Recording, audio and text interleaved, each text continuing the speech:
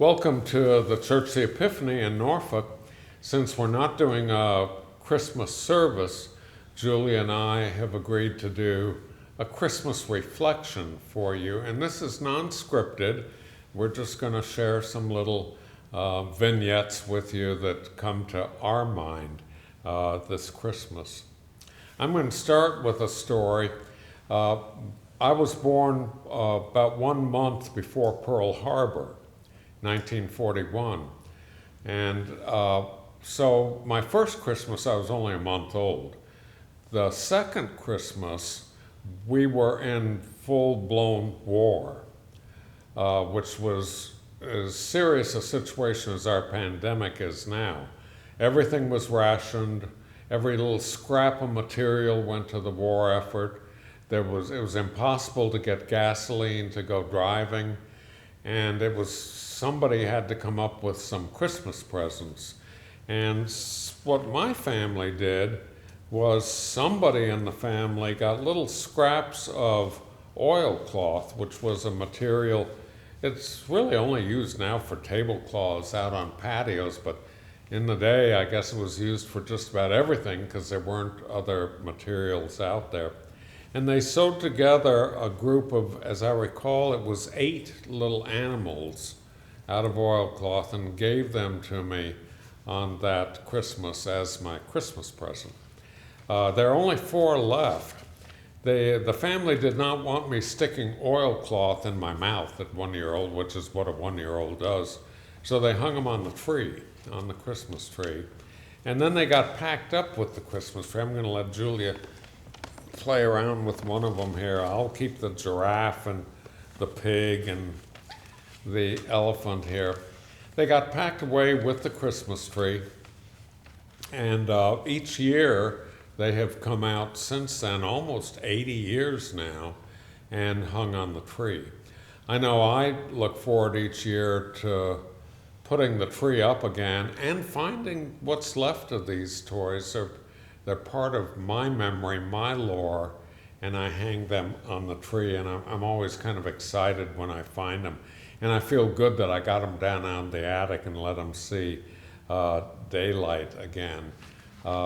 It's just part of my Christmas, this little, fairly insignificant little thing from my first birthday that I don't even remember. So that's one of my little vignettes. Well, I have a story about Allison, my firstborn's first Christmas.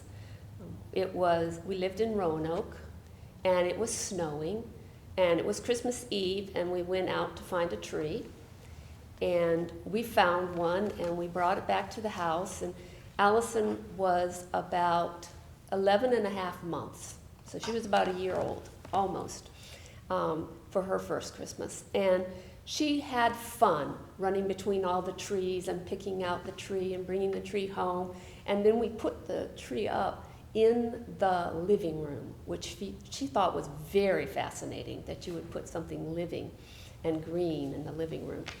And then she went to bed for the night. And after she went to bed, Chan and I decided this would be the time to decorate, put the lights on, put all the ornaments on, and then surprise her with it in the morning. And one of the things that I remember really well is the way she looked when she first came into the living room that Christmas morning, and she saw the tree all sparkling and beautiful and totally different than the way it had been when she went to bed. And so that's part of our lore, is that first Christmas and the first Christmas tree and the stunned look of surprise on her face when she saw it all dressed up. And I guess what it makes me wonder about is what will people who are young now, what will they be telling their grandchildren about the pandemic and their Christmas during the pandemic? Yeah. Will they have things like these stuffed toys that they passed down to a couple of generations? It's going to be really, I don't think I'll be around in 80 years to see. No. The other day on Facebook, somebody posted a little graphic, and I thought it was so neat. It was a very simple little drawing. It was almost a line drawing of a lean-to kind of shed with Mary and Joseph and the baby, and they were sort of silhouette drawings. And the caption on it was, "The first Christmas was pretty simple. It's okay if yours is too." And I flashed on by it like you do on Facebook, and then I came back to it, and I thought about it for a long time. That first Christmas, it was very complex, really. Mary and Joseph and Bethlehem and all of that, but there was also, in the complexity of it, there was also a simplicity. And of course, with this pandemic thing going, our Christmas this year is so different than normal. We're not doing all the shopping. I haven't been to a mall this year. I haven't been out pounding the stores looking for the perfect gift. No entertaining. I used to love to do the Christmas open house at my house, and there's been none of that at all. Haven't gone to any parties anywhere. But at the same time, it's more complex. We're recording our services now, and that's not an easy sort of thing to do. We're not with other people, but we're struggling to make it work. Somehow the traditions and the symbols have to be kept alive, and we'll do what we can to make that happen.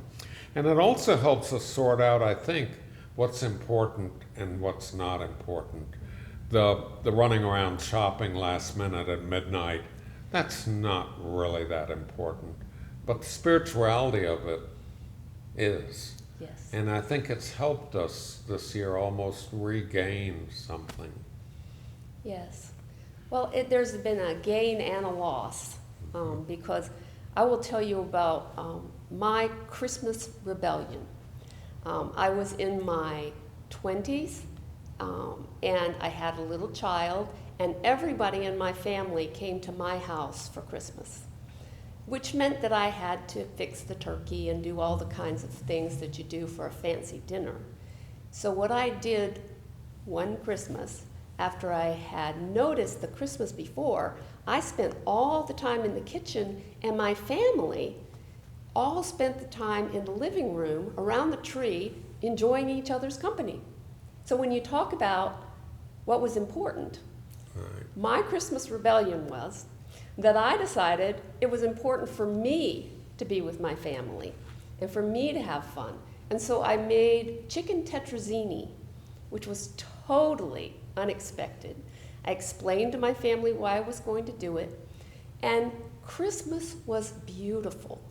I got to spend time with everybody, they got to spend time with me, and the really funny thing about it, about a week after Christmas, I was foraging around in the refrigerator, and I found the chicken that I had cooked ahead of time to put in the chicken tetrazzini. So It didn't make it. we didn't even have chicken in the chicken tetrazzini. All we had was noodles. And nobody noticed because we were having so much fun with each other. Oh, that's funny. And so that's a great memory. It's something that's really important. But on the other hand, this year, I won't be able to have a gathering at my house. I won't be able to have the community that I'm used to having. And that's a little hard. I think it's hard, for instance, when you and I are preaching. Mm-hmm.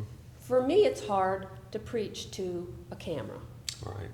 I like preaching to people.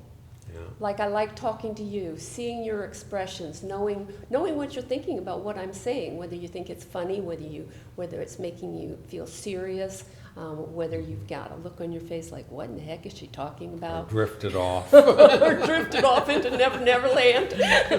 Whereas I can't do that if I'm preaching to a camera. So in some ways, you're right. It seems simpler, but it's more complex. Yeah. And I realized somebody asked me just maybe a day or two ago, what are you going to do Christmas Eve? And I thought, this is the first time since I was a little kid singing in a junior choir and with the youth group that I haven't had a service Christmas Eve. I know. And coming up through as a churchman through youth groups and choirs and then priesthood and all of that. And it's a funny feeling. It is. It's like a big absence. Yeah, something. But one of the things I find myself doing, I don't know if you do this or not, but those midweek musics, Yes. episodes that have been put out, I listen to them more than once. Yeah. I listen to O Come, Emmanuel at least 3 or 4 times a week. Right.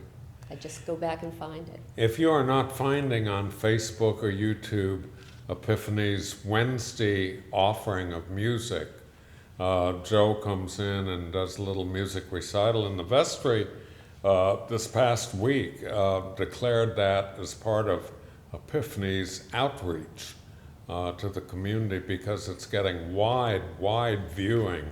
And Joe is so gifted, and he does these beautiful, he just plays one piece, and that's on Wednesday.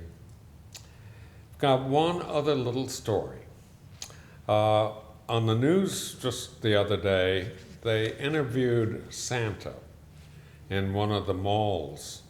And Santa was saying that with this pandemic thing, where he is separated from the kids by plexiglass and at least 6 feet, that it's not working. That in many ways Santa is almost kind of not a therapist, but a confidant to the kids. The kids whisper all kinds of secrets to Santa and let Santa know what they want, but a lot of other things too.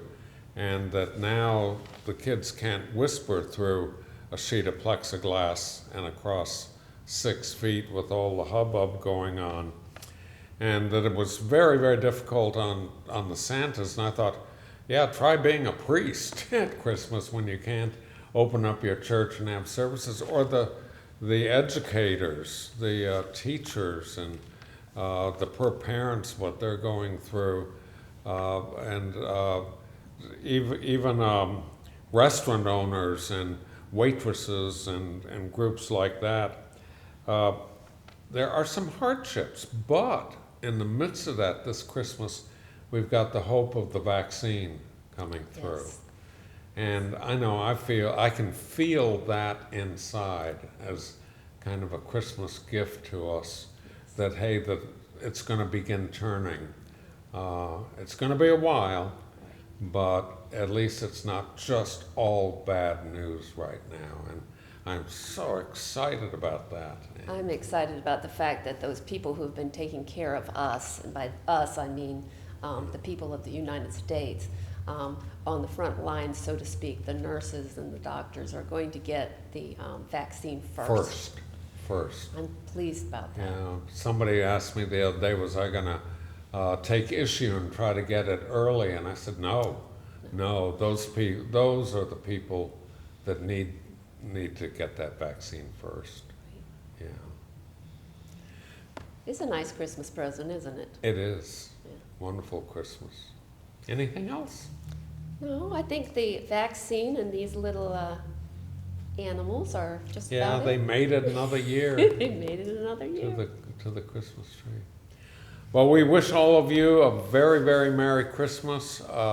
Stay healthy, wear your masks, stay well, and maybe next year we'll all be regathered in the pews here having a Christmas service. Bye-bye.